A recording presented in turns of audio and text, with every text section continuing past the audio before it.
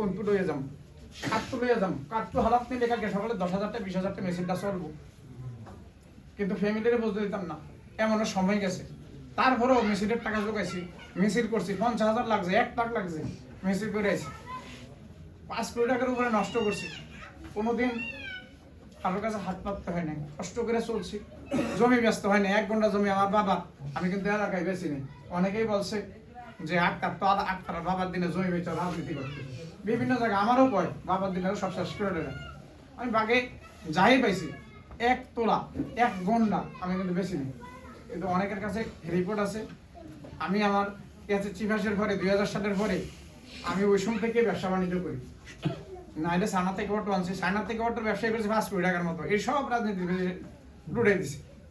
চেয়ারম্যানই করতেছি 22 লাখ টাকা নষ্ট করছে, 25-30 লাখ টাকা নষ্ট করছে। যাক, আমি আমার খুব ভালো সুমা দিয়ে মাহবুবরে দিচ্ছে, আমি আমাদের দলের সাথে গাদ্দারি করছে, যাক ওই দিকেও যাবো না, হ্যাঁ ওইদিকে যাওয়াটা বড় বিষয় না। বিষয় হলো আমাদের ইয়াসিন সাহেব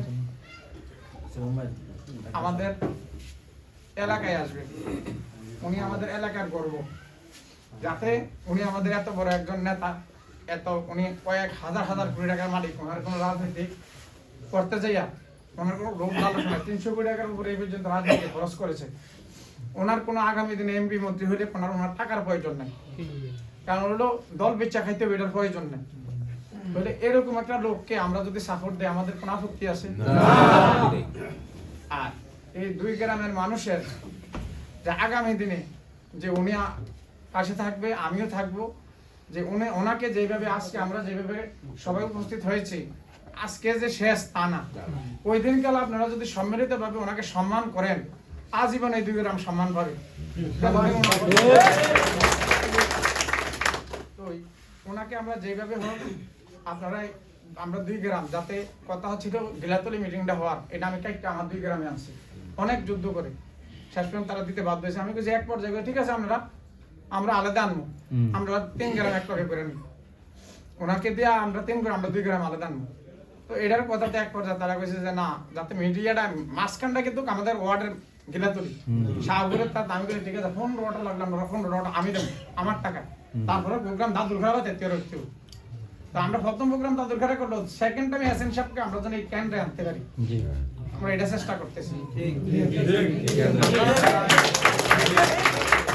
এই ক্যান্ডের গোড়ায় আনতে পারি, কেন ওটা আছে, এটা যেন আগামী দিনে যেন এই গ্রামের কেন্দ্রের গ্রামের উন্নয়ন হয়, এই ব্যবস্থা যেন করতে পারি। আর আমাদের অনেকেরই দল, অনেক দল করছে, কিন্তু সবাই এক দলের লোক না। আমরা এখনকার যে পরিস্থিতি, সরকার যে পরিস্থিতি গেছে আর যে পরিস্থিতি এখন বর্তমানে আছে, আমরা ঐক্যবদ্ধ ছাড়া কোনো লাভ নেই।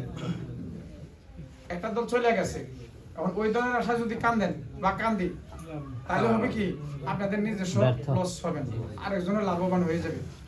আমরা 2 গ্রাম জন লাভ না আনতে পারি, আপনারা আমার কাছে যেটা দাবি করবেন, আমার সাধ্য মতন আমি চেষ্টা করব, একটা সাধ্য মতন চেষ্টা করবো যে আপনাদেরকে এটা দেওয়ার জন্য।